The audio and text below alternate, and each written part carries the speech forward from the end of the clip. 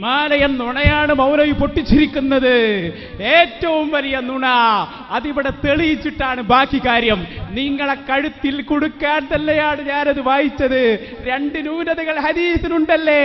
ആൺകുട്ടികളുണ്ടോ നിങ്ങളുടെ കൂട്ടത്തിൽ?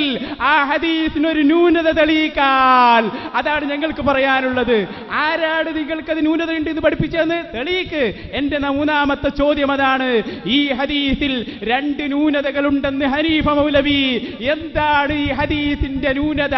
താരീഖ് ഇബ്നു അസാകിർ അവിടുത്തെ കിതാബിൽ ഉദ്ധരിച്ച ഈ ഹദീസിന്റെ രണ്ട് ന്യൂനതകൾ ഏതൊക്കെയാണ്? നിങ്ങൾ കൃത്യമായി പറയണം. ഞങ്ങൾ അതിന് തന്നെയാണ് അത് ഉദ്ധരിച്ചത്. കറക്റ്റ് ആയിട്ടുണ്ട്.